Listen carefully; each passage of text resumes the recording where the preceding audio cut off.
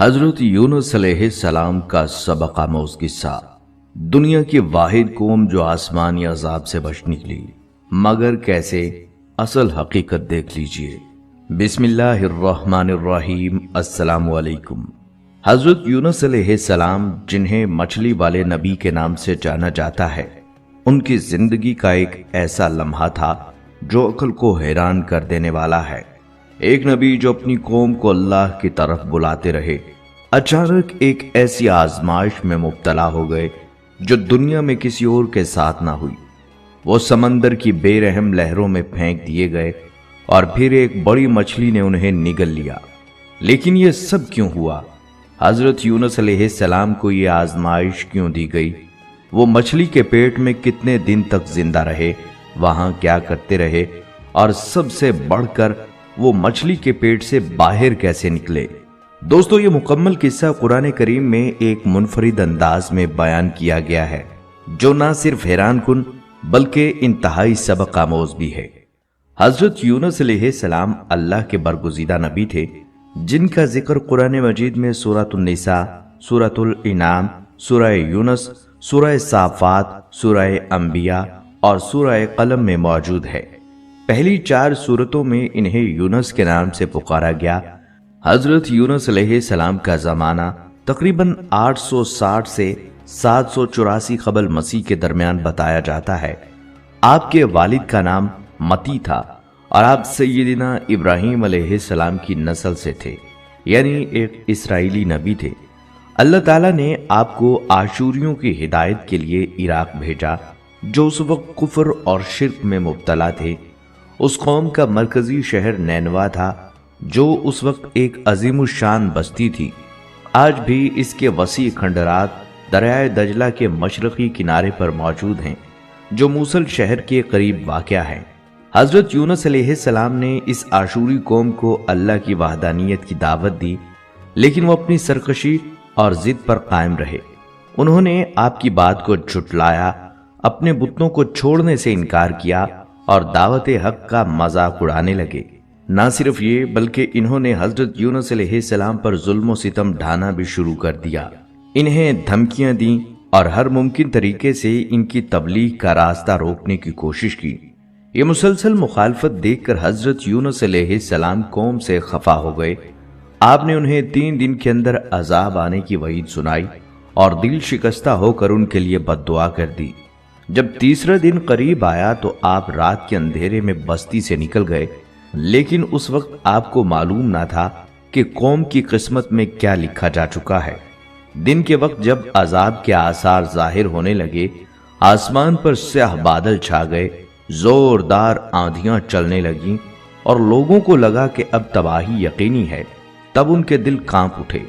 وہ گھبرا کر حضرت یونس علیہ السلام کو تلاش کرنے نکلے تاکہ ان سے معافی مانگ سکیں، مگر وہ بستی میں موجود نہ تھے۔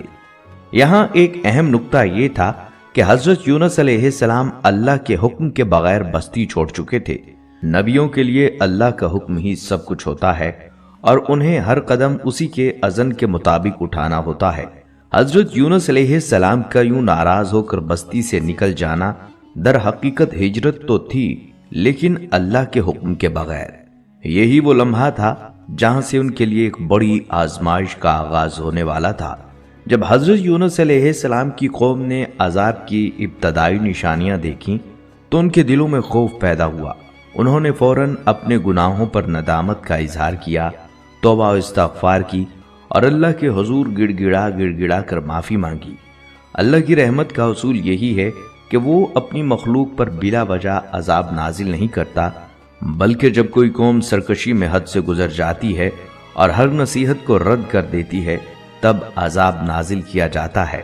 لیکن نینوا کے لوگوں نے عذاب نازل ہونے سے پہلے ہی سچی توبہ کر لی اور اللہ نے ان کی توبہ قبول فرما کر انہیں معاف کر دیا۔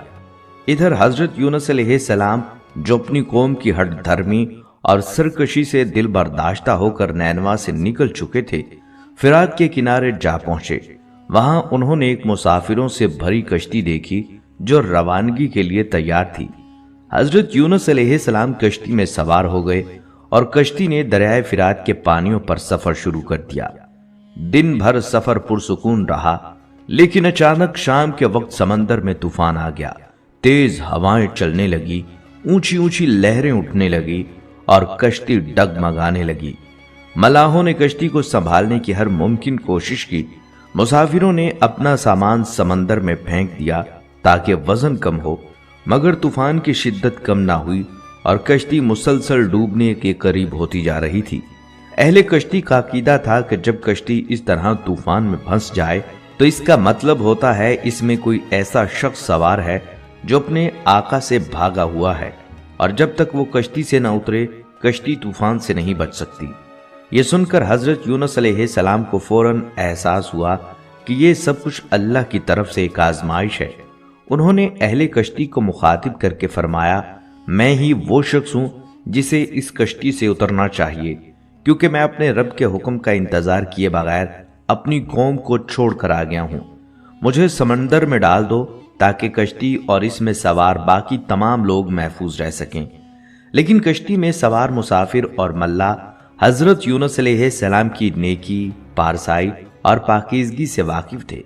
वो उन्हें समंदर में फेंकने पर आमादा ना हुए। उन्होंने सोचा कि ये फैसला करने के लिए कुरानंदाजी की जाए ताकि किसी पर जुल्म ना हो। चुनाचा कश्ती में मौजूद लोगों के नामों की कुरानंदाजी की गई और हैरत अंगेज तौर पर कुर्रा हजरत यूनुस अलैहिस्सलाम के नाम निकला, मगर कश्ती वालों ने यह मानने से इनकार कर दिया कि इन्हें समंदर में डालना चाहिए, क्योंकि वो जानते थे कि हजरत यूनुस अलैहिस्सलाम एक नेक और सच्चे इंसान हैं। उन्होंने दोबारा कुरानंदाजी की, लेकिन फिर कुर्रा उन्हीं के नाम निकला।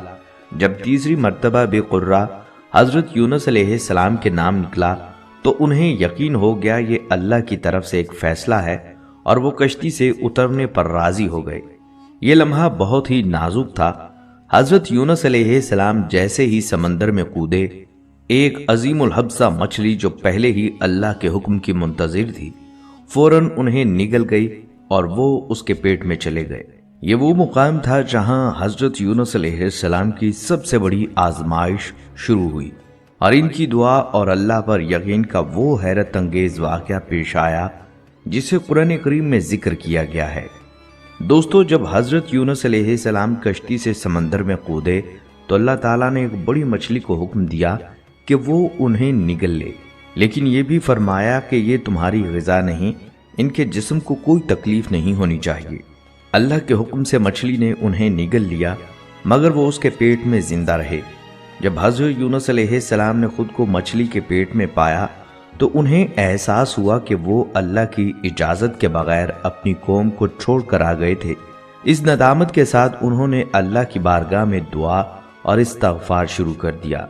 वो 3 अंधेरों में घिर चुके थे, एक रात का अंधेरा, दूसरा समंदर की गहराइयों का अंधेरा और तीसरा मछली के पेट का अंधेरा।